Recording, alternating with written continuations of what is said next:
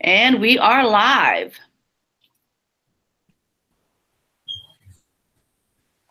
Okay, Joan is here now. I've invited a few people that may show up as we get through this process.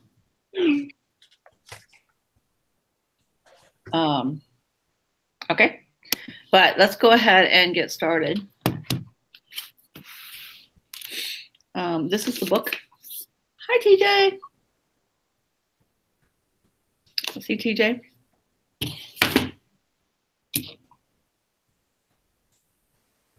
And TJ, can you hear me?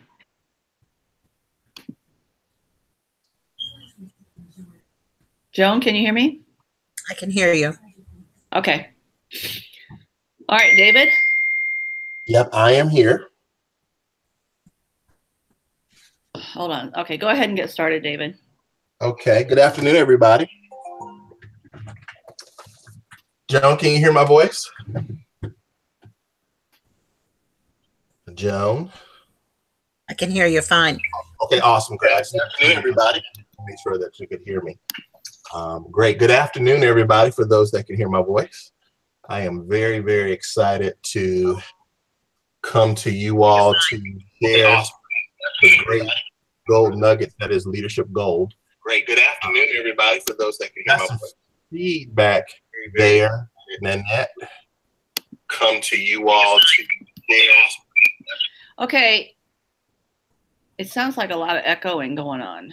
Yeah, so you know what I'm going to do is let me handle some tech stuff here on my end. I think I know exactly what the issue may be. Just one second.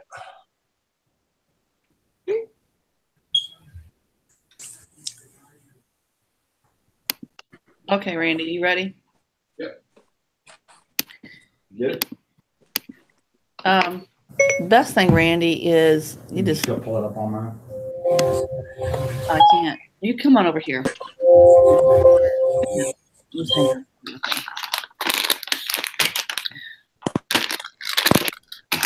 Take mine. Okay. Good afternoon. You said that you can hear me. I'm glad that you're using the chat box. Let me know that you are still hearing my voice, TJ. And we'll use this as a way for us to start the admin piece of us. Wonderful. Great. So glad to have you. So what we're going to do is I'm going to go ahead and actually come back to you guys. Good afternoon, everybody. Hopefully everybody can see me. And so, like I said, I'm really excited to have the opportunity. First of all, I want to thank Nanette for the opportunity to bring this Maxwell certified event to you all. I'm really excited for the next 9 sessions, and I really do believe that you all will get a lot out of it. Some administrative items before we move. Number one, there is a chat box to the right side. So if we could, if you can hear me, that'll be good for us to start to make sure that we don't have any feedback. It doesn't sound like we've got any right now, so that's a good thing. So please feel free to use the group chat that's to your right. So if you have your mouse and it's in the screen, matter of fact, what I'm going to do is share my screen. Well, actually, I won't do that because we'll have a double effect. But basically, if you take the mouse and you put it in the middle of the screen, you see to the left, you'll see a blue box at the top left that says chat. And right there, when you click that button, it should give you the group chat to the right. And so I am testing the group chat now so that everybody can see that we can exchange questions or comments. I really want this to be an engaging thing. This is a mastermind, not a lecture. And so anytime that anybody on the line has any questions or any thoughts they want to share, please do so. And I'll monitor that as we're going through. Just get in the chat, you can. All right. You sent a link out for that, right? If you go to the Facebook page. Yeah, I saw that. Yeah. All right. Okay. Number 2, I will go ahead as part of the test of the chat. Homework for next week. Lessons 3 through 5. So you guys will go ahead and have that already ready to go. Some of you might not have had the opportunity to buy the book or read. That's okay. We're going to have notes for you. There's a lot of things that we already have organized and prepared to walk you through the information. So don't feel like that right now you have to have everything that you need. I still think it'll be a very productive session for us. Okay. So one of the other things that I want to say is that this is something where interaction is really important, and not just interaction, but also implementation. Okay. And so there's going to be a lot of things that I'm going to challenge you with, and I'm going to do that by actually going ahead and bringing up my slideshow for today. And I'll go back and forth with the slides. So there'll be times that you'll see the slides, and there'll be times that you see me. And from time to time, I'll come back and share with you some questions and different things that I want to talk about in my mind. So let's go ahead and get started. And then I think we've got ourselves scheduled to 1:30, correct? 1:15. 1:15? Okay, good. I'm glad I saw that. Got the clock in front of me. I'm ready to go. So let's begin. I wanted to set some ground rules. Number one, I am still learning about leadership. So I am not coming in front of you like some of the people that call themselves gurus and say that I know any and everything about leadership. That is not me. However, I've been blessed to have an opportunity to have direct access to Dr. Maxwell, and he's given me the opportunity to be certified to deliver the training materials for Leadership Gold, as well as some other programs that I'm going to share with you over the next 9 weeks. And so I'm still growing myself, and this is an opportunity for us to grow together. Number two, leadership can be learned by almost anyone. And so one of the things I want you guys to think about, some of you I think are leading teams or thinking about leading teams or leadership roles, either in the ALC, whatever the case may be, in your market center. We should be targeting individuals that we can pour into to share these gold nuggets about leadership, so that we're developing the people around us. And by us having leaders around us, it makes everybody better in terms of where it is that we want to go. Number three, your ability to become a better leader depends on how you respond. So one of the things that I really want you guys to do is come with an open mind, an open spirit, be prepared to take notes, ask questions. Really, you will get what you put into it. And so we have an organized method of doing this, and I definitely will be calling on each one of you from time to time. So definitely be prepared. Sometimes I'm very random in terms of who I select. So just know that I will be coming to you probably at some point. Committing a great truth to memory is admirable. Committing it to life is wisdom.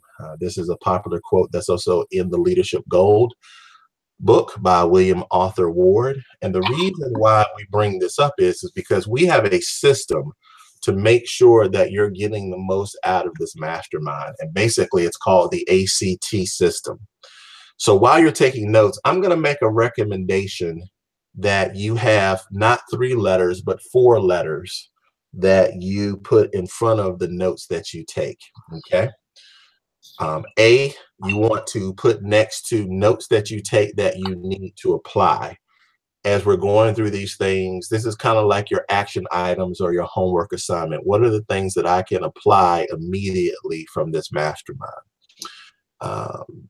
C, what do I need to change? Part of us growing is understanding that we don't have it all together. It's really important for us to consider making some changes for us to be better leaders and more importantly, better people. And T, transfer. Who can I share this nugget with that really needs it at this particular time? I find it really interesting that we have conversations with people, and all of a sudden we think about somebody that needs that piece of information that you meet like a week down the road. So you're going to find that some of this information that you receive is going to be helpful for you as well as for other people. And so I would challenge you to put the ACT in front of your notes, as well as a Q for questions. Joan, I don't mean to interrupt you, but Joan, when you are talking, we can hear it. So, and it's a little distracting. So if you are going to talk in your room, Joan, can you mute your microphone if it's not a part of the conversation? Thank you. Thanks, Nanette. So ACT and then Q for questions. One of the things that we highly encourage in the Maxwell organization is being clear on asking great questions of ourselves and of others that helps us to grow as people. And so this is a good way to organize your notes so that if you're searching for something, you don't have to search for every line. You've categorized it by A, C, T, or Q. Okay. So let's go ahead and get started with the first lesson of Leadership Gold. Basically, it says, if it's lonely at the top, you're not doing something right. And as I was putting the slideshow together, I found what I find to be a really hilarious cartoon sketch that talks about a guy who eats garlic pizza all the time for lunch.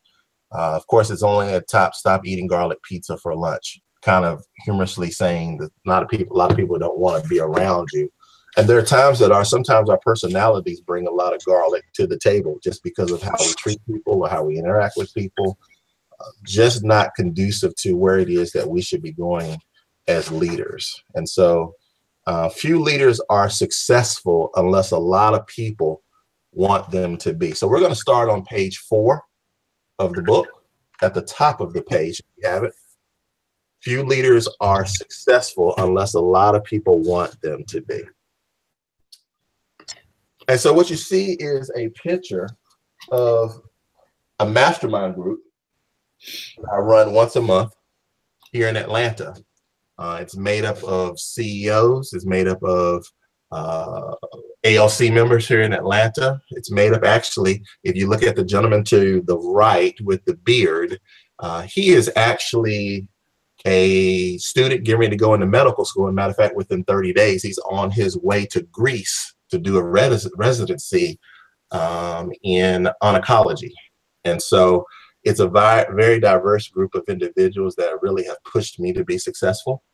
And one of the reasons why I wanted to bring this up is because we need to be very cognizant of the people that we have in our circle. There's this rule, I'm sure, that you've heard of about the rule of 5, about the 5 closest people to you. It's really important for you as leaders to understand who are the people that are in your world and are they helping you become the best that you can possibly be. So if you look at making it to the top is essential to taking others to the top. You'll see that in the same section on page 4.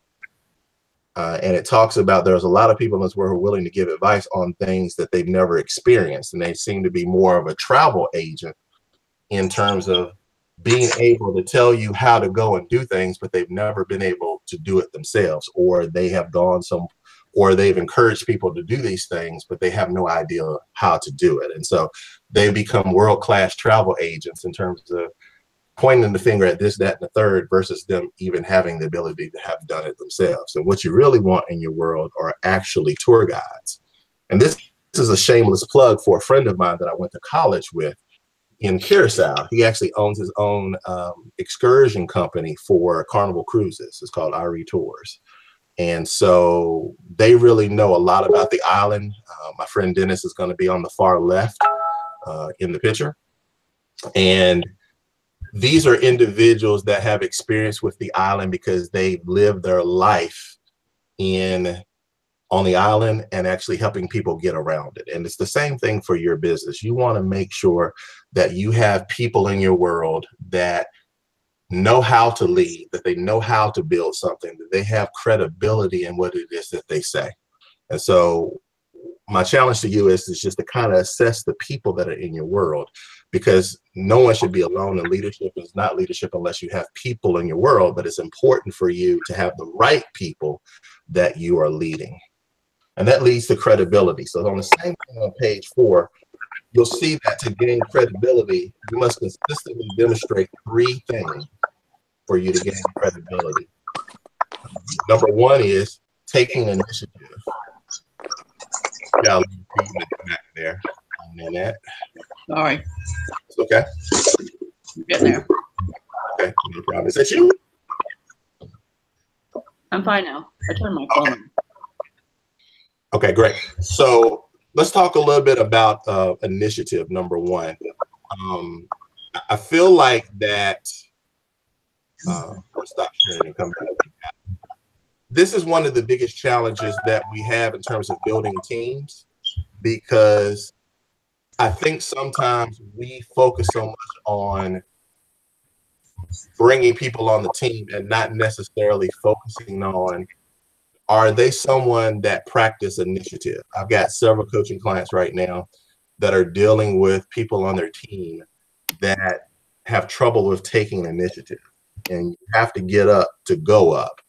And so it's important to have somebody to do the 80%, but it's also important to have somebody that knows what the 80% is and then go ahead and do that 80%. And so initiative is something that's really important for us to be able to build towards where it is that we want to go. Okay. Let's go to the next slide, which is sacrifice. You have to give up to go up. And so I took an excerpt from the 21 Irrefutable Laws of Leadership, talking about the law of sacrifice. If you desire to become the best leader you can be, then you need to be willing to make sacrifices in order to lead well. And so what I'd like to get in the chat boxes is I'd like to hear what some of the sacrifices that you feel like that you have made to be in the position that you're in right now. I know for me, I've sacrificed comfort from the standpoint of walking away from a six-figure job to build my coaching and consulting business. There have been times where I have shifted from friends that I've known for a long time, elementary school, high school, college, because I just feel like that we were on different paths, or I've grown as a person more so than they have. I've also sacrificed some family time. I'm spending time with my mom, with my sister, with my niece and my nephew. I could spend a lot more time with them than I should, and I need to make them more of a priority. But sometimes we have to eliminate distractions from our world. And to do that, it's really important for us to stay focused on where it is that we want to go to get where we need to be. So I'm just kind of curious, what are some of the sacrifices that you guys feel like that you have made out there? And then you talk about financial sacrifice. Share a little bit about that. Well, in order to build wealth and help other people, you know, like you say, you got to be able to do it, right? Yeah. The goal was to make $1 million and then help other people do that too. And the only way you can do that, of course, is to, you know, you don't make $1 million spending it.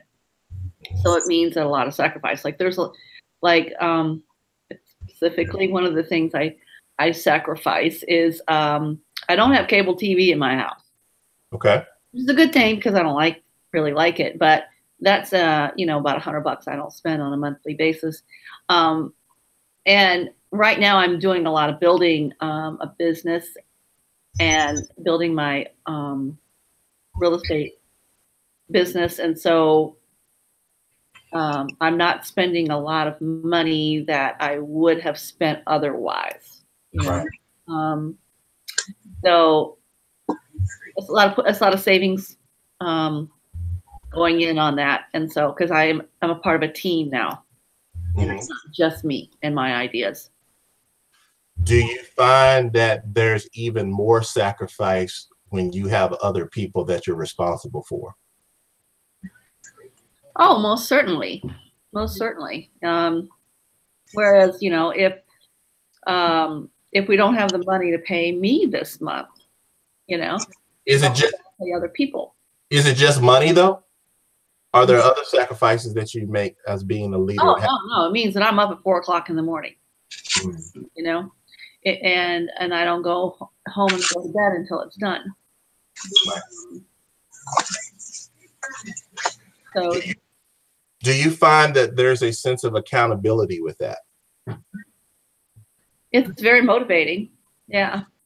Yeah. When you have somebody else who's counting on you and you put your word and you said you were going to do something, right? Right. Yeah, absolutely. See Carol joined the chat. That's awesome. Hi, Carol. Yeah. Hey, there she is. I can actually see her. That's wonderful. Awesome. Great. The third one that we were talking about actually is going to be maturity. And I kind of wanted to bring my slide back up on that for you guys.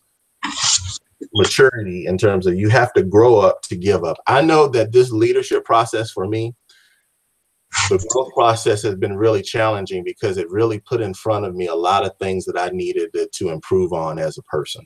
And so for me, one of the big things for me was actually spending, we talk about sacrificing family time and we sacrifice financial time and some personal time.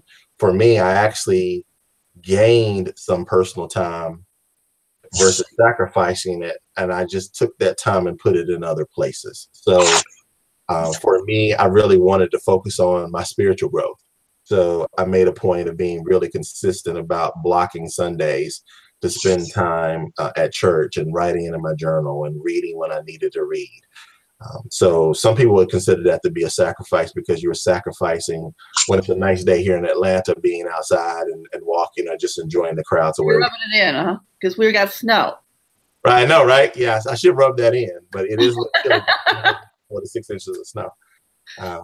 But it was really important for me to prioritize that and protect that time to help me become mature spiritually. And because of that, it's really helped me in other areas of my life as well. So to gain credibility, you must consistently demonstrate 3 things. 1, initiative. You have to get up to go up. 2, sacrifice. You have to give up to go up. And number 3, maturity. You have to grow up to go up. And when you put these 3 things in play and you practice them consistently, people will pay attention to you. You'll be surprised at how many people are paying attention to you as a leader. And so if you really want to kind of check yourself in terms of how you are moving through day by day and how you interact with people, this is a good starting point. If you want credibility, then this is something that you should focus on every day. Initiative, sacrifice, and maturity. Okay. Let's move on to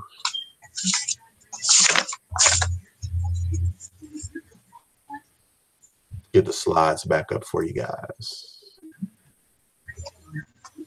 And can I ask a question? What do you mean by, can you clarify maturity? Maturity? I know what maturity is, but I want to hear your understanding of that. Yeah. My understanding of maturity is, I can tell you what immaturity is, and then I can get you maturity from that standpoint. Okay. Letting my reaction be my response. Yep. Is a sign of immaturity. Yep. It's really important for us to be in control of our emotions. Yeah. It's very important for us to be builders of relationships. That when one of the things that immature people do, they're very much in the pronoun of I. I want to do this. I'm going to do this. It's about me. I, me, I, me, I, me, I, me. I find that to be, in a lot of ways, very immature. It is important to focus on yourself as you're growing and also have a focus of wanting to grow for other people. Okay. So I feel like where I made a shift from a maturity standpoint is a lot of things that I had as goals were ego-based versus helping individuals get to where it is that they want to be. So I think my definition of maturity is it's basically the shift between success and significance. Okay. And a lot of people don't really understand the difference between those two things, success and significance. So success is when you're only focusing on yourself, versus significance is when you're building something for other people. And I think in a lot of ways, that was the maturity shift for me. Wanting a lot of things for me, just to have them, to be able to say that I had them, to be able to show that I had them, versus I want to build these things. I want to build this business. I want to build maturity, this. Yeah. Maturity goes from it's lonely at the top to if it's lonely at the top, I'm doing something wrong, to let's go to the top together. Yes. And then it's not lonely at the top. And that's where maturity, that's the truth of maturity. Yeah. I'll give you another example of maturity. I'm not always right. There's a lot of people that in their growth process that have always been used to thinking that their way goes and their way is right, versus understanding that different people are wired different ways and they have different approaches, and just maybe that their approach is a lot better than mine. I think that's another example of maturity, being able to understand that there's a reason why I do not need to be alone, because there's other people that bring value to my world, and accept the fact that I don't know everything and I need to have people in my life to focus on helping me get where I want to be, helping them where they get where they want to be, and us building a relationship that is healthy and mutually beneficial for both parties. I think that shows signs of maturity. And, you know, in the chat, you guys can add things that you think is part of maturity. That would be great. That would help. Absolutely. I think that's a really great point. And if you have anything that you think would be part of maturity, we will expound on that. Another thing I think is part of maturity is, and I just lost my train of thought, was the like you said, when the reaction. So what I do is, instead of reacting, I will say, let me think about that, you know, and taking a moment to think about it. When I see a leader not being mature, I want to focus on when I am not mature instead of when they are not acting. Yes. I just turn that into a mirror for me, and I take that as a growing moment for me. And that has been a big slap in the face for me, and really perpetuated the most growth when I see exactly what I don't want to be. It's ugly, isn't it? Yeah, it's like, oh. Yeah. You know, I remembered when I was preparing this yesterday, or that I was making some notes to myself. And what I did in the chat box on page 5, it talks about much of the time leaders are not at the top. Much of the time leaders are not at the top. At the bottom of that page is one of the answers to your question in terms of immaturity. If you want to be the best leader you can be, don't allow insecurity, pettiness, or jealousy to keep you from reaching out to others. That is a strong signal of immaturity. People who are insecure, people who are petty, and people who are jealous. So if you want to have a measuring stick of the people that are around you, ask those 3 questions of yourself about those people. Do they operate in pettiness? Are they always jealous of other people versus running their own race? Are they not secure about who they are and where it is that they want to go? And that requires spending a lot of time with yourself and really understanding who you are. I was meeting with a coaching client for dinner on Monday night. And it's really interesting because later that night, because today is Wednesday, right? Later that night is when we had the tornado come through Atlanta. He was 1 mile from where that tornado hit. I had just left him like 4 hours ago. And so he was talking about, he is in his 50s now. He's been so focused on taking care of his 4 sons, being in a marriage, building a business, that his sons are out of the house, and he really doesn't know who he is. He knows who he is for other people, but he doesn't know who he is for himself. And so in some ways, he is still, even in 50, he's operating maturely for helping others, but he's very much in his infancy in terms of understanding who he is. And so it's hard for you to lead someone. And this is kind of segueing into the next lesson. It's hard for you to lead someone when you don't know who you are to be able to lead yourself. Mm-hmm. So I think that's a really good point. I think we really need to understand what maturity looks like And are we operating on mature levels? And like Nanette said, if there's anybody that has anything that wants to share on that, please do so, because I think that's a really good point that we need to be really clear on. Are we operating at levels of maturity? Very much so. And what kind of standard do we have for ourselves? Say again? And what kind of standard do we have for ourselves? Yeah, I mean, also, well, here's the thing. Where do we get that standard from? Right? We talk a lot about modeling, right? And so when you think about who we put on pedestals as individuals that are leaders, either spiritually or leaders and how they have relationships. I was looking on Facebook, and there was a friend of mine from North Carolina that was talking about what's the I think it's Joanna Gaines.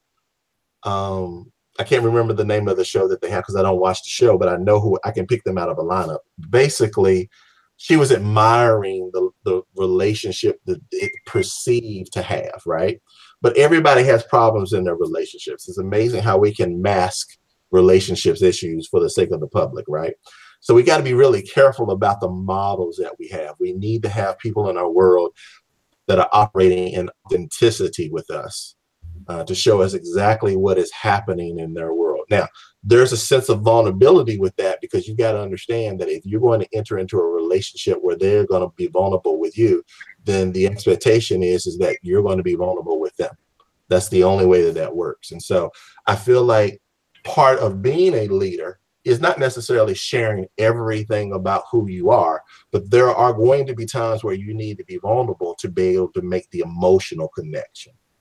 I think people want to see more humanistic qualities of their leaders versus the mechanical mask structure. Nothing happens to me, whatever the case may be. So I find that to be a challenge with a lot of people, because when you start bringing in words like authenticity and vulnerability, that's where people start getting a little shaky about, oh, I don't know whether or not I want to do this leadership thing or not.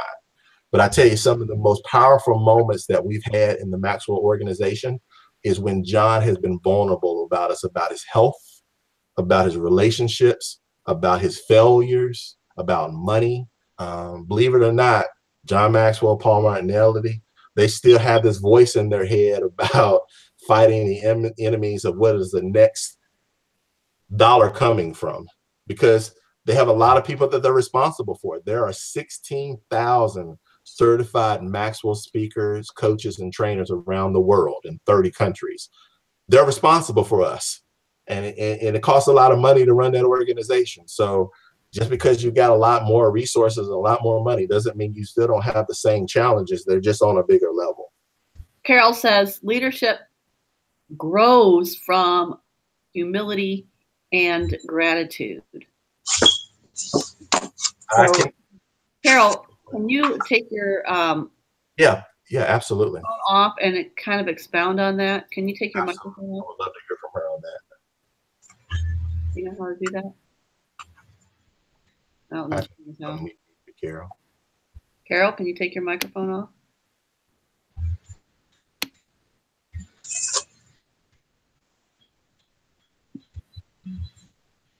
I don't know if she knows how. Yeah, that's okay. But I think, Carol, you there? Her computer doesn't have a microphone. Oh, okay, no problem. Okay. Thank you for sharing for that. I really, Carol, because I find that I have stronger relationships with people when I'm very intentional about showing gratitude. I've done it with Nanette recently. I've done it with an agent in Baltimore recently. I've done it with some of my coaching clients recently. It is something about people just hearing thank you, but not just thank you, really thanking them, telling them the reason why you're thanking them, okay? And really spending time. So like there was a lady I was telling you about in Baltimore that's an agent up there that I sat down and shot a 2.5-minute video of gratitude and sent it to her. That's a perfect example of showing thorough gratitude, not just a simple thank you text. That's different. That also sets you apart. And she responded and said, that was exactly what I needed today. And so one of the things I would challenge each one of you all that can hear my voice right now is think of someone. I want you to write this down. Think of someone that you could show gratitude today for helping you get to where you are right now. That is an action item that you can do in the next 24 hours. You do not know the challenges that people are having right now. There's just so much going on in the world right now. And sometimes you can't even distinguish between friend and foe. And so because of that, I really want to challenge you guys to think of one person that you could just say thank you and really spell out why you're showing that gratitude. And frankly, Kara, I believe that to do that requires humility, because you have to humble yourself in a lot of ways to show people that side of you, of why you have so much gratitude. It's amazing that life at a certain point will humble you and make you become operate more in humility, because we realize that as we're maturing, that we're not as good as we think we are. And when we have failures, it's to teach us the things that we should be doing to be better people. So don't be fearful of failure, because failure basically just teaches us what we shouldn't be doing and making the changes that are necessary to do the things that we should. So thank you, Carol, for sharing that point. One of the greatest challenges as a leader, I think, is, I have this list of things that I need to get done, and then still be human. Yes. Instead of robotic. And, right. When I have a subordinate or someone I'm working with come to me, with a problem that's not on my list. And I think Tina can understand this, because Tina and I are both very military kind of, and we are both, this problem's not on my list. It's not on my plan. Moving on. Okay. I can tell you a really funny story about that, but, I just don't have time to listen to your issue. We got money to make. We got things to do. This has to happen. And that is not a mature person, a mature leader. I, have learned how to add a little human to that, and it's challenging, but that's probably one of my biggest challenges, but part of my growing up, It's a good segue, because on page 6, it talks about, here's some advice to lonely leaders: change. If you don't have individuals that are leading you, that you have the ability to lead, if they're not around you, it's a simple thing. It's to change. Simple, not easy. However, when you identify some things that need to be changed, make it happen. So I put up a cartoon sketch going into this particular section that says, I think I know why you're finding it lonely at the top. You got this huge barrier in front of you that's a table, or it could be the mask that you have to keep people from getting close to you. John was talking about a story about how when he was starting his churches in Indiana, how his father had warned him about getting into relationship with people, getting too close to people, that there needed to be more boundaries. And so he kind of did the overcorrection for a period of time, and he kind of got himself in trouble. And sometimes this table that we're looking at right now is a perfect analogy to how we put our own blocks in the way of us being able to be better leaders. So there's some things that we've got to avoid. Number one is positional thinking. So on page 6, it talks about leadership is relational as much as it is positional. An individual who takes a relationship approach to leadership will never be lonely. The time spent in building relationships creates friendships with others. This is the same thing in building a real estate business. There are so many new agents that come in that think sales first versus relationship building first. They're positioning themselves as the industry expert, and they spend all this money branding themselves and look at me, I, versus what is the value proposition? What is the mission statement of what it is that I do? How am I helping people? And why should I do business Why should people do business with me? So I think it's really important for us to be very sensitive, to pay attention to have the awareness of, am I coming at people saying, I'm so-and-so and you should follow me because I have this position? Or are you building relationships where there is a mutual sense of respect that they want to follow you because of your wisdom and guidance and your credibility as a leader in the organization or with your team? Yeah, Wayne just texted me. He said he's listening, but he can't. I don't know why he can't do it in the chat. But he said, "Dealing, not feeling." Yeah. I'm just dealing with my problems and not feeling your issues or feeling your problems. Just to take from you. Yeah. I like that. Dealing, not feeling. Yep. So, like in that same section on page 6, good leaders don't belittle people; they enlarge people. Yep.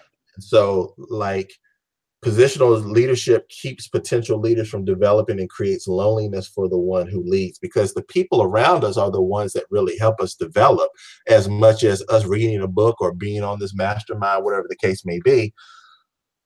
Getting engaged with other individuals and really getting in the trenches and really understanding and feeling what it takes to lead that person helps us really understand who we need to be. That humility that Carol was talking about. There's a thing that Chick-fil-A leaders do in Atlanta where they actually shine the shoes of other leaders and their subordinates once a quarter. They actually put them in the chair and they shine the shoes because it's showing acts of humility. It's very similar to Jesus washing feet.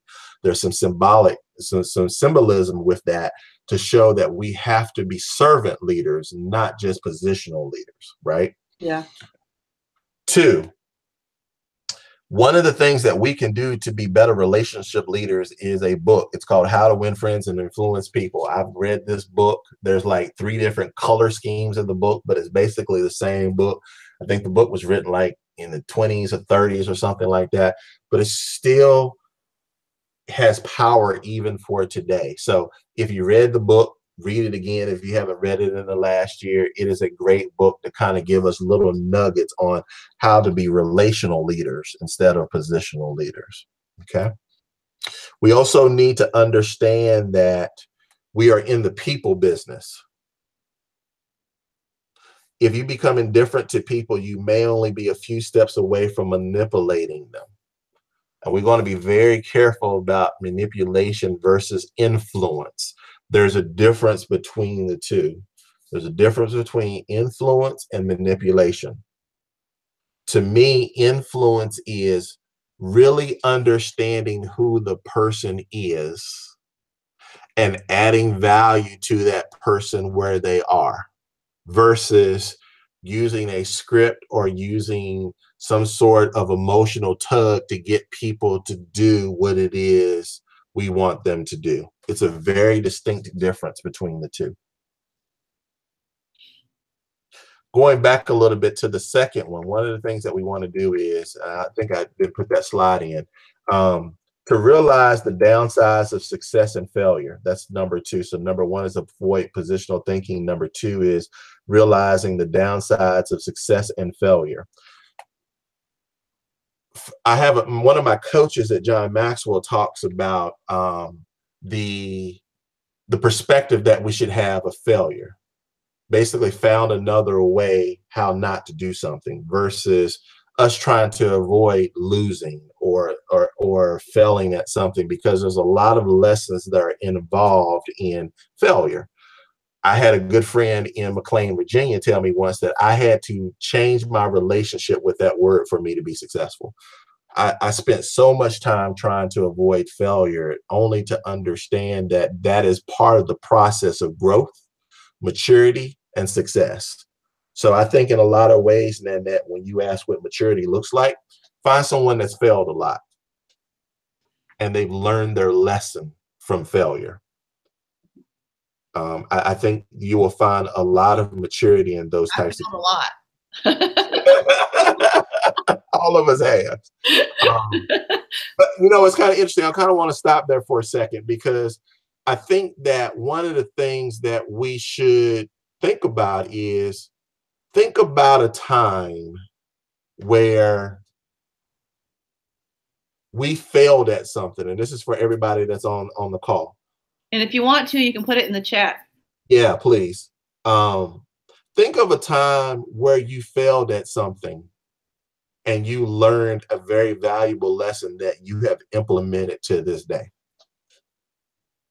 I wrote a book. I could write a book on. What is one quick thing then, that? Oh, there's so many things. Well, in the process of starting this new business that I have recently started as of January, there was a lot of stuff that I put in the business agreement that came from a long list of other businesses that I have been involved with, just little nuggets here and there that I incorporated in this one, you know. Mm-hmm. And I dare say this one, I would almost say, is about perfect because of the 10 other failures that I have gone through, you know. And like, one of the things that I have learned is that if it's not written down, it didn't happen. Okay. Mm-hmm. And taking good notes and making sure that, you know, there's follow through, not only you and I having a conversation, but then let me also send you an email that we had this conversation. Yeah. And in the old days, it would be a fax. Right. How long ago I learned that lesson. Yeah. And it's still, I still implement that today. You know, I may even text you something, but I'll send it in an email as well. You know, just that kind of stuff. I mean, it's covered my, you know what. Yeah. I think for me, one of the things was, and this goes to humility, Carol, I needed to understand that I wasn't as good as I thought I was. And that mindset got me in trouble from the standpoint of, I'll just say that I'm this and I'm going to open up a store or a shop or an online place and all the business is going to come to me. And then fourth quarter 2008 happened. So anybody that's been in the business at least that long knows what I'm talking about. If you did not experience any humility during that period of time, God bless you. Yeah. But I really understood that I am not good. And I really need to do a lot of things to be better as a person, to be better as a business owner, and someone that's better at building relationships. Yeah. Tell me a success that you had that to this day has pulled you through, that you continue to live off of. The success fed off of that failure. Okay. You know, I mean, I just said, I've got a business going now that, and a structure that I think is better than any other business that I have ever been able to begin to build. And it's incorporating who I really am. It's incorporating all my strengths and my failures and my dreams and everything.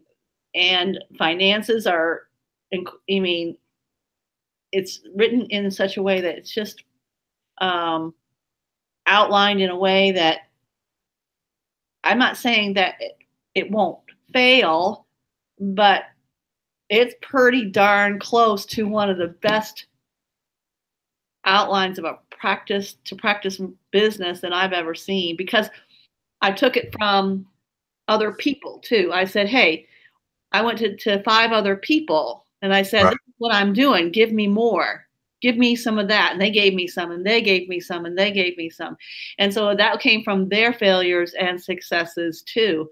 You know, one of them said that don't, you know, put any money in that account unless you're a signer on the check. Well, believe it or not, I actually did that one time. I gave somebody $20,000 to be in business with me, and I wasn't even a signer on the account. Now that seems like something would be like common sense. Right. But I thought I had a relationship,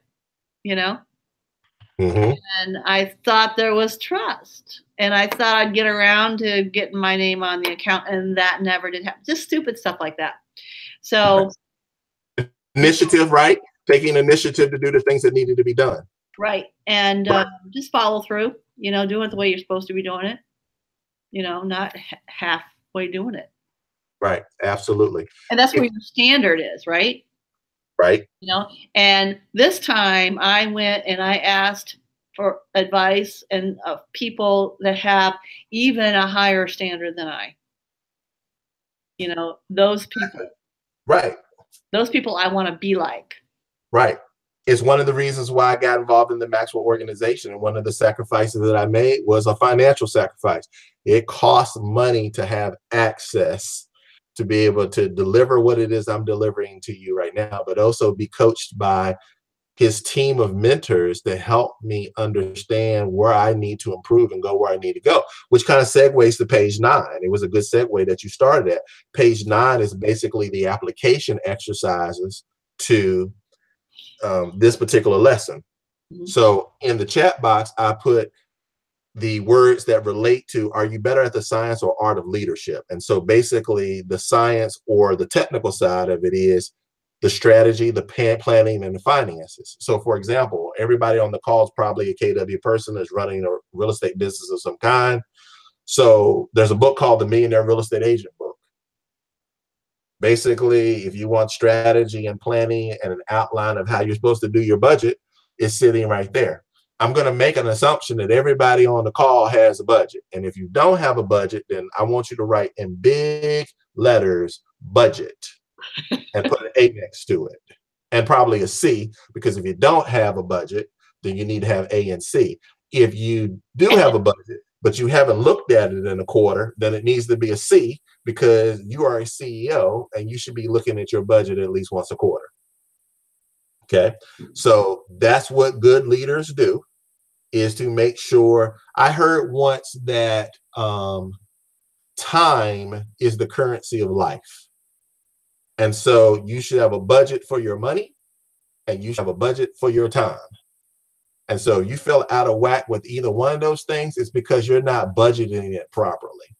And so that's one of the things that I would challenge you over the next week, is become very clear on the technical side of your business, and not just your real estate business, your household finances. What is the vision for the household? What things that you need to, that you want to do for the rest of the year? Do you have it on the calendar? Gary talks about scheduling our vacations before we schedule everything else. What does your calendar really look like? And what does your budget really look like? Because as a coach, I can look at your budget and I can look at your calendar and I can tell you exactly what's going on in your world. So it's really important for you to make sure that you guys got that straight. The other thing that you need to have, which is in the same section of the science or art of leadership, is you should have a growth plan. You should have a growth plan. I'm going to pull something up for you. Hopefully you guys can see it. This right here, I have in front of me on one of the doors is my Maxwell growth plan. And you might not be able to read it, but basically I have a list of all of these books. Do you have a written growth plan? Just like you have a written budget. I have a budget. I use an application called Evernote, because I'm not into like using all of these like quick books and different things like that. Somewhere where I just need a snapshot of all the money that's coming in, all the money that's coming out, and then I can let my financial people handle those particular things. But we have to be intentional about the things that we need to do to be able to be leaders. Okay. So that's one of the things I want to make sure that you guys are doing, is taking those types of action items to help you become better leaders. Okay. The second one says, why do you want to be at the top? Spend some time soul searching to discover how your leadership can and should benefit others. Why should you even be in a position of leadership? Is that the right place for you to be in? Are you growing as a person? Do you have a growth plan to help you with that? Attending these types of masterminds and webinars help you with that, and really doing the action items that come from it. Well, at the very least, you are a leader of one. Correct. Which is the segue into the next session. You know, are we leading ourselves? You know, I mean, I'll take that as the cue. You know, one of the hardest people to lead is basically to lead yourself. And I know there are days, I had a day this week where that was a bit of a challenge for me. And I really had to work on my mindset of where it is that I wanted to go with that. Sometimes people lack the ability to prioritize correctly and bring focus to their leadership, to the things that they should be doing to lead themselves. We're going to be over on the bottom of page 13, keys to leading yourself. Okay.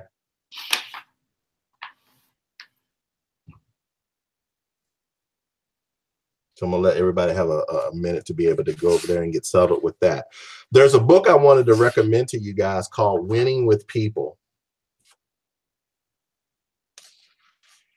This is one of the many John Maxwell books that talks about our ability to position ourselves in a way to be great leaders. You'll see that on the page 13 at the top. If we're honest with ourselves, we'll admit that the toughest person to lead is ourselves.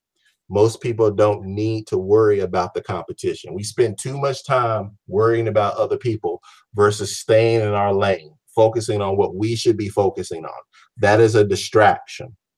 Okay. Human nature seems to endow us with the ability to size up everybody in this world except ourselves. And that's what you were talking about, Nanette, earlier, is that we should be focused on ourselves versus it's easy for us to point the finger at other people. Yeah. So what I want you guys to do is to get out of your own way. And to do that, I'm going to give you talk about some of the keys to leading yourself that started at the bottom of page 13. Number one is learn followership. Good leadership requires an understanding of the world that followers live in. I had a coaching client. I still have her, actually. She's been my coaching client since, actually, we're coming up on 3 years now. And when we were having a conversation about getting started in coaching, one of the things I asked her was, how does somebody win with you? And that's a question I think that you should ask a lot of people. And I'm going to put that in the chat box. Nana, can you put that in the chat box for me? Yes. How does someone win with you? I think that is a great question to ask. I think another great question to ask is how someone loses with you. We really need to have an understanding of our followers and then learn how to lead them based upon the information that they gave us. We also need to be cognizant of the DISC assessment, DISC. Everybody should be familiar with that right now. If you're KW, if you're not, then you need to learn what that's about, as well as to learn who you are. I found one of the most powerful things for me is when I actually took the DISC and really read the DISC to understand who I was, because it really helped me understand who I am, how to lead myself, and how to lead each other based upon my DISC and their DISC. And I don't think that we take enough time to give that the importance that it should have. And let's not fall into the trap of just painting somebody as a D or an I or an S or a C. They have all 4 traits. They lead with 1 or 2, and yet they have multiple qualities in their behavioral style. Okay. It's just really important for us to treat people diversely, not just based upon one letter. Okay. Leaders who have never followed well or submitted to authority tend to be prideful, unrealistic, rigid, and autocratic. It's right there on page 14 underneath lead, learn followership. And then that goes back to your question about immaturity and maturity. It's right there. People who really, Yeah, go ahead. yeah, like when I get really rigid and I don't want to, because I'll admit, I'm not always a very good follower. Okay. And because I want to do it my own way, and but how immature that is, and how far will I get? Not too far. How much did we miss Yep. by not involving people who have strengths in an area where we are weak? Yep. And a lot of the reason is that because we are prideful and because we are rigid and we want to also be the leader. It's kind of like, it's a small example, but you can translate it to a bigger thing. Whenever I'm going somewhere and it involves a car, I want to drive. Okay. Because I just feel safe when I'm driving, and I'd rather take the responsibility of everybody in the car versus me sitting in the passenger seat. However, we can't operate that same way when we are running a team. Yes, ultimately the decision comes to us. However, we have people that are following us that have some great skill sets if we choose properly to involve the right people. And we need to let them shine. We need to let them grow. We need to pour into them. We need to develop them and give them focus and give them purpose. One of the things that I skipped back over in the other exercise because of the segue, we were talking about the science and art of leadership, and we were talking about strategy, planning, and financing. Well, the people part is connecting with people and communicating with people and casting vision. That's all part of learning our followers and learning how to follow, because we need to learn the art of connecting. And I'm concerned that one of the weaknesses that we have with the millennial generation is technology is taking from them the art of conversation. And I really hope that we're able to speak into their spirit and into their growth plan to say, hey, look, you really need to learn how to be a great communicator, because it's going to get you places bigger and better than you ever thought you could go. But that requires developing self-discipline. And here are 9 rules of self-discipline. This is something that is not in your material, okay?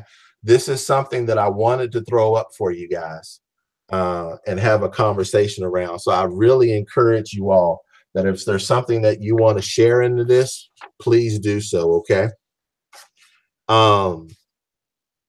Clear thinking, daily goal setting, daily time management, courage, excellent health patterns, saving and investing, hard work, continuous learning, persistence. Good stuff. Nanette, do you see one of these in you? Yes, I see one of those. I see all of it in me. I mean, and I think it's something that I'm constantly working on, constantly. I think you need to have all of those to have one of those. Part of the excellent health patterns is clear thinking. If you're eating right, your body's getting what it needs, the brain's working right. Okay, if the brain's working right, then you're setting your goals, you're setting your time, and feel good about yourself, so you have the courage, you can work hard. And if you're working hard, you're going to be continuously learning. Mm-hmm.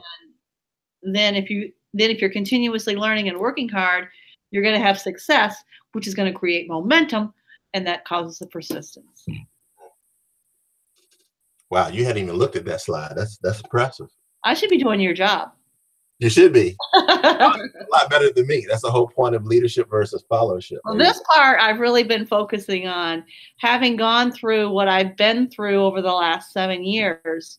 And been in 2009 was a big dip for me, and so I think that when you have setbacks, the only way to have a comeback is to have a setback.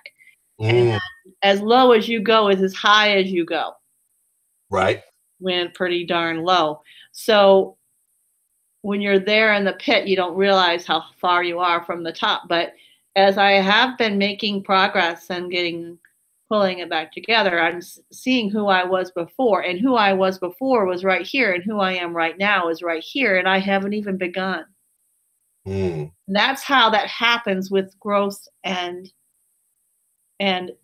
this is where, you know, the study of leadership began right here, you know, and now I'm here, and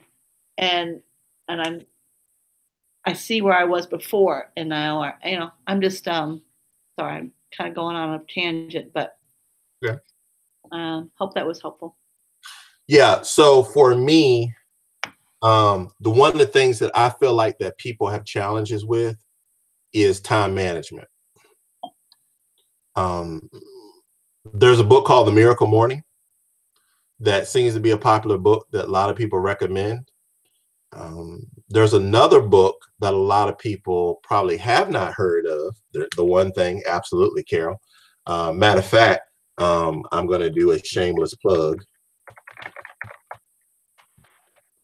I actually was interviewed in Atlanta on that book, and there's an hour-long conversation on YouTube that I had with a lady that runs a marketing company down here. That if you go to my meetdavidpatterson.com page, which I put in the chat box, you'll see at the bottom of my bio the conversation about The One Thing. But there's also a book called The Power of Less. Good book. By Leo, Batau, I think is how. Really good book. It is a really good book. And so it talks about setting your day up the night before. And what you should be doing is listing what are the 3 most important things you should be doing before you do anything else. Actually, I think I recommended that book to you, didn't I? Yeah. Yeah. And so I have a coaching client that actually has set an alarm on her phone to go off at 7:45 p.m. every night. And she spends 15 minutes making a list of, here are the 3 most important things that I do before anything else. And if it's not burning down or they're not taking them to the hospital, nothing distracts her from doing those 3 things before she does anything else. So that's part of leading yourself, because she understood that she was horrible at managing time. She didn't really do a good job at it at all. So she needed to have some sort of plan that she could practice to get herself to be better, which is a sign of maturity. When you identify something that's a weakness in you and you find a plan to address that, that is where you begin to grow as a person and you exhibit maturity. Okay. That's our quote on page 17. Nothing so conclusively proves a man's ability to lead others as to what he does from day to day to lead himself. Absolutely. So the question is, what are we putting on our calendar to help ourselves grow so that we can be better leaders of ourselves or other people? Absolutely. So this should be on your calendar. The next 8 sessions that we have should be on your calendar. This should not interfere with anything else, because this is a process that's going to help you to be a better leader, a better person. It's going to bring more maturity to your world. It's going to give you some action items that help you grow. It's going to give you action items to help other people grow. So this is not just about you. This is about you helping other people grow as well. And so if there are people that are not in the room, if there's people that's not on the call that you feel like that they need to hear some of the things that we're talking about, that they need to learn how to lead themselves and lead other people, they need to be here next week at noon, because we are having some conversations about specific action items that you can take to be a better leader of yourself and to other people. John talks about how he writes his books and gives people principles. He hired the coaches for us to give you the action items and the practices. And that is a perfect example of something you can do immediately to help you lead yourself better. And I think once I put myself at a certain standard, and then people around me then move and grow to that standard. Right. And then I also, the third thing that happens is I begin to attract people like that, and also those who have higher standards than I have. Absolutely. the law of magnetism, which is something that was discussed in the 21 Irrefutable Laws, the laws of leadership. We wonder why we have trouble having certain people in our lives. We need to start looking ourselves in the mirror and say, am I the type of person that can attract those things, because those types of people, because we attract who we are. And that's kind of hard to say about ourselves. And yet that is the reality of how we operate, is that we need to see what we are doing as people first, so that we can be able to attract the people that we need to attract to go where it is that we want to go. One of the things that you said to me once was, why would someone want to invest in you? Yes, absolutely. I had to be confident enough where I wasn't 2 years ago or 5 years ago to be able to get in front of this camera, to have a conversation with you, to have a conversation with Teresa and TJ and with Carol and everybody else is on the call, to talk about, I am still growing as a leader, and yet I am putting myself in the room with individuals that have written 5 books, that have sold 1 million copies on leadership development and personal growth. If that don't stretch me, then nothing will. And so me having the ability to be able to share that with you is a wonderful thing. And we've said it all around KW, right? If you want to learn something, teach. If you want to learn something that's bigger than you, you need to get in a room where the people that are in there are bigger than you. They're more mature than you in this area. You got to be comfortable with vulnerability and understanding. I've got to get in rooms that challenge me. That is something that I've got to do. And that shows a sign of maturity when you do that. So in the last 4 minutes, what I want to do is challenging you to some things. Number one is, it's really important for you all to be intentional with your time. Okay, we're doing Leadership Gold right now. One of the books that really blessed me was Intentional Living by John Maxwell. Intentional living really begins to give you some vision on where it is that you want to go spiritually, personally, your business, your finances, all the key aspects of your life. We need to be intentional about it. And intentionally means we need to hold our money accountable to it. We need to hold our time accountable to it. We need to hold people around us accountable to it, to say, hey, look, I am making a decision to be a better person and a better leader, and I need you to be on board with that. We also got to be okay with accountability.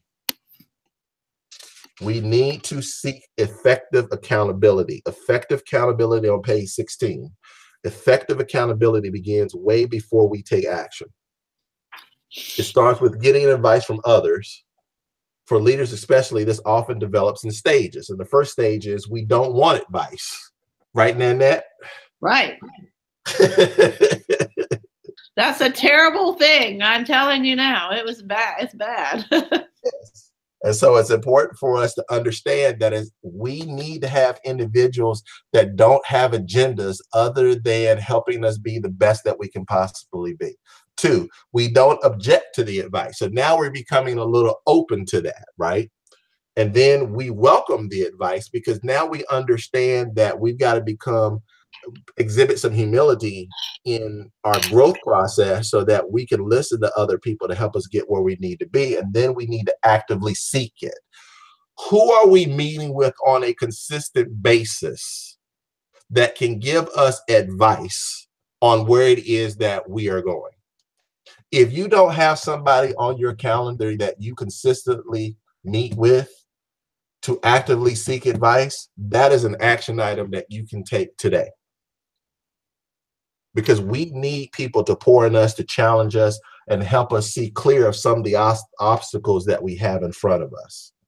And then 5, we often follow the advice given to us. But it's really important to make sure that we have individuals in front of us that have the credibility and the capability to give us the advice that we need that will help us be successful in the shortest amount of time. Okay? Good stuff. So when we look at the action items, at the end of the 2nd chapter, the application exercises. How clearly do you see yourself? I really want you to sit down and really think about who you are. and where you are and where you want to be and what the gap is between those two things. Where do you need to grow? What new task or practice can you take on and develop it? I'm going to put a question that one of my mentors, John Maxwell, asked. He said, when was the last time you did something for the first time? When was the last time you did something for the first time? The only way that we can grow is to start to learn in areas that we've never practiced in that help us be better leaders and better business owners. What is that thing that we have avoided doing because of fear or anxiety or uncertainty? That when we do that, will help us have the breakthrough that we need to move forward to where we want to be, right? And then number 3, and this is the hard one. Ask 5 friends, colleagues, or family members to evaluate you using the levels mentioned in this chapter when it comes to advice.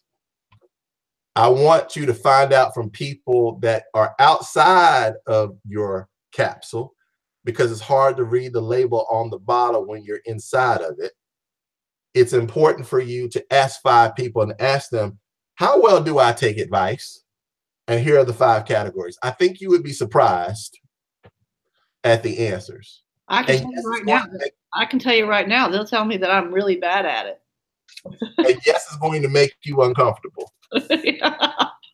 Now, the question becomes after that, what are you going to do about that? Because it's real nice for us to go through the book, the 9 sessions, but if you're not going to take action, if you're not going to take change, you're not going to make changes, if you're not going to transfer some of this knowledge to other people around you that need it, then this is just entertainment. Absolutely. TJ, Carol, anybody out there have any thoughts they'd like to share? Joan, anybody? Feel free to take yourself off mute or in the chat. Tina, it's been basically Nana and I talking, but I want to make sure that you guys got something out of this today. Well, thank you so much, David, for being with us today. And thank you, Carol. And we will meet again next week, same time. Same time at noon. So lessons 3 through 5 as well be on the agenda. I'm going to put in my the chat box my email address and my telephone number. And so if you guys have any questions or anything that you want to share with me, please let me know. I'm also putting in my Facebook link so you can follow me there as well. Thank you, TJ, for the compliment. Okay, well, great. Thanks a whole bunch, and I'll see you next week. All right. Thanks, guys. Have a good one. Talk to you soon. Yep. Bye-bye.